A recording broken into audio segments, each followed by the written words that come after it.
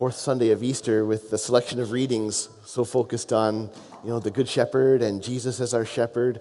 It's called Good Shepherd Sunday, right? It's a time when often it's a, real summons to men to consider the call to the priesthood, or for, or women to consider the call to religious life, or just this idea of following our vocations, to hear the voice of the shepherd calling us to our particular role in this life, how to listen to his voice and follow God. It's a special Sunday for sure. And as I reflect upon my own vocation to the priesthood, I think about a time in particular when I was in university, and one of the ways I felt like I heard God's voice calling me was just in the dissatisfaction of trying to live two lives and this desire for more, right? Because in my experience in university in Waterloo, I was, trying to fit in with everybody. I was living a so-called normal life. I was playing in a rock band in different pubs and stuff around the area. I was, in a fraternity, Sigma Chi fraternity there, and I was in different, just groups of friends that I would hang out with, and just going to school and doing that. But on the side, I was, going to mass every Sunday, praying my rosary, wearing a brown scapular, going to confession, learning the scriptures. And it was just kind of like I had this other life going on, and it was kind of like this was getting hard because my other friends and groups at university, they didn't want to hear much about that religious stuff.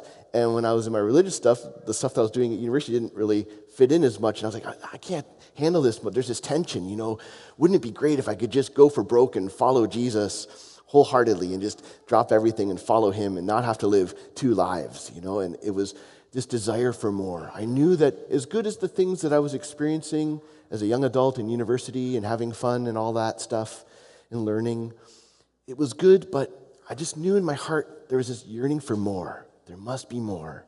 And when I think about the abundant life that Jesus the Good Shepherd offers us, remember, he says, I've come that you might have life and have it in abundance, right? And I had a sense of that. I kind of heard the shepherd's voice in my heart, like there's got to be more, right? And I thought, I have to at least try it out and see what happens. And I'm so glad I did, because sure enough, I did find such fulfillment and joy, and continue to do so, with the Lord. He does provide that abundant life. And I love in Psalm 23, where the Good Shepherd leads us, where it says, and my cup overflows, right? It's this idea that God just doesn't give us what we need, and then some.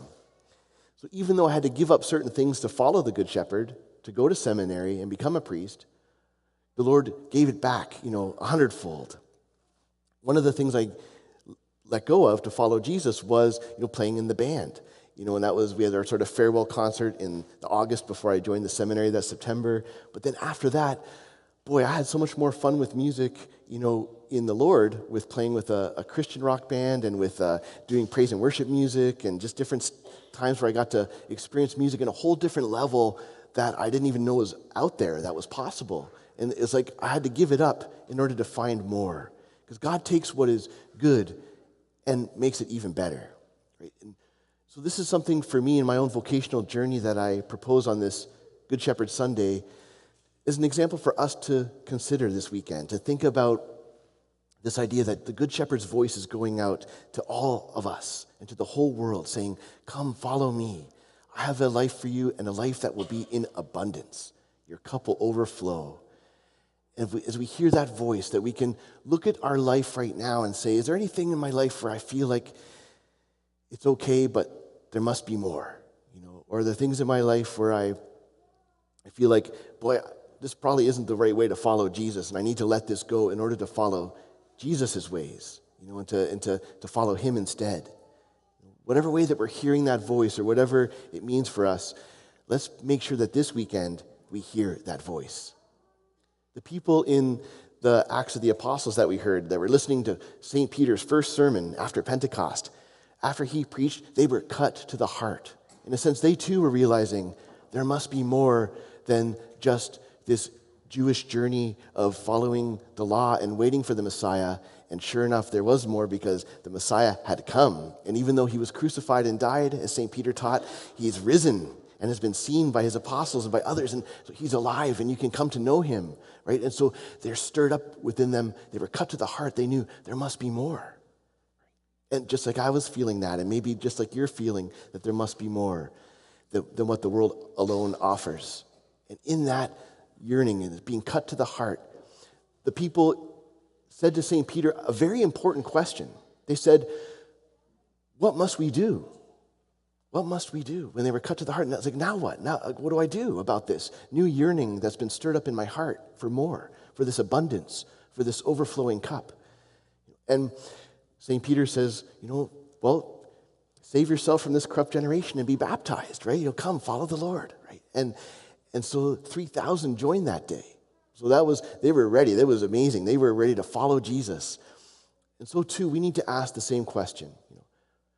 If we're yearning for more in our life, or if we're yearning for more in the lives of others that we pray for, maybe our kids or grandkids or relatives or neighbors or coworkers or spouses or whatever it might be, that we can say, Lord, what must we do for this abundance, for this more?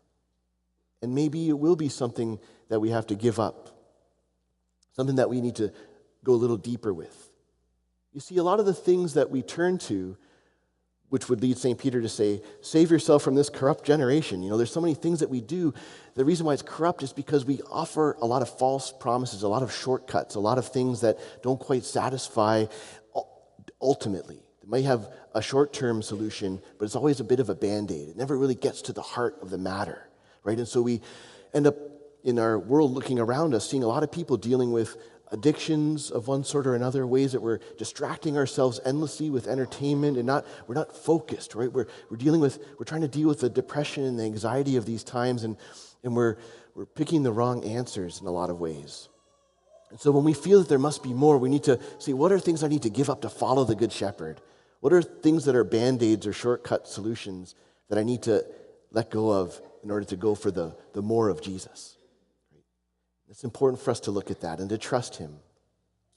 You see, when Jesus calls us, we look to the 23rd Psalm, the Psalm about the Good Shepherd, and what happens is it says, he leads me through the valley of darkness. Well, that doesn't sound, I don't want to follow that. I don't want to go to the valley of darkness, do you? Jesus is guiding us, but he's guiding us through some pretty tough areas.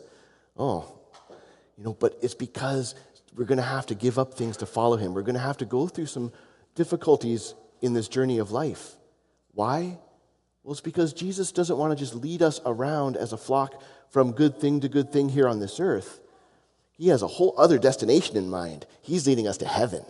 That's his plan. He wants to get us to heaven to experience the glory that the Father has given him, this abundant life that he experiences, this overflowing. He loves his experience as the Son of God so much that he wants us to experience it too. And so he yearns for this. He's going to guide us. And yes, he'll have to lead us through some darkness and some struggles and sufferings and difficulties. But it's ultimately to lead us where? To heaven, right? To those green pastures and restful waters where he sets that feast before us, anoints our head with oil, and that cup is overflowing. And we'll be there forever and ever, right? This is where he's leading us. So we need to remember that, because often we can be fooled in this life of somehow thinking that this is where we belong. This is our home. This is where the pastures are. But let's follow Jesus and hear his voice. And even if it seems maybe not as clear at first where he's guiding us or why we have to go through this or that path of darkness or struggle, we need to trust him that he's going to get us to the right place. And he will indeed. God has the best plans that we could ever imagine for us. Now, his voice is going out. It's going out to you and to me, and he's continuously inviting us to this. But do we hear his voice? Are we listening enough in prayer? So I encourage us to take that extra time in prayer to sit with our hearts. My dad told me once that one of the things my grandpa would say was, if you really want to get to know yourself more, think about how you are when you're all by yourself, when you're all alone with your own thoughts. That's what you need to do to get in touch. But we need to stop and actually sit with that, like maybe alone at night in bed or whatever, or in that morning by yourself, just to think, like, what are the concerns and thoughts? What's going on in my mind and heart? And then how do I bring that to Jesus? Do I yearn for more? Am I ready to find a better way? Can I follow Jesus more closely than I am now? Because, as I've just described, it's totally worth it. Even if it's a tough path, it leads to heaven, Right? It leads to the ultimate fulfillment of our deepest desires. And so it's worth it to give up whatever it takes to follow Jesus. I know in my own life, I'm still, even though I've given my life to follow the Lord as a priest, there's always still more things I need to sort of, surrender to as life goes on. It's a lifelong journey, and that's okay. Jesus understands us. If we get stuck in some brambles or we go off track a little bit, Jesus will come and find us. He'll bring us back if we let him, if we listen to his voice, and he's going to shepherd us well. He's a good shepherd.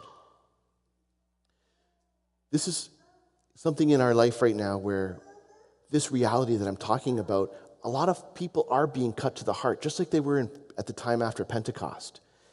I think in the world today, there's a lot of people coming to the church to try and find meaning and freedom. A lot trying to find Jesus, either through our Alpha program here at the parish or just dropping in at the church, in ways that are just mysterious, that people are just coming. And not just here, but in many parts of the world right now, there's like lots of baptisms going on this past Easter, lots of people coming to want to know. There's a hunger. I think that the world is experiencing a bit of this, a unique moment of grace where we are being cut to the heart and we desire more. And so we say the important question, what must we do? And so whatever way that we need to listen to St. Peter's answer, to find ways to leave behind this corrupt generation in one way or another, these shortcut, band-aid, false solutions, and to follow Jesus in the real way, then we will hope to be among those, 3,000 saved that day, among those who come to know the goodness of God. And this is something that Jesus would want for us. So let's hear that call today in our hearts and throughout the world. And let's say yes to the Good Shepherd today, especially as we are fed and nourished by him in the Holy Eucharist today. Because Jesus is with us, and he's got a great destination in store for us. So let's follow him no matter what the cost and experience that abundant life. Amen. So now we're going to move into the time for, I'm going to go down with Father Michael, and so just one moment. Hang tight, and I'll be right there. We'll continue with our receiving into full communion and the sacrament of confirmation.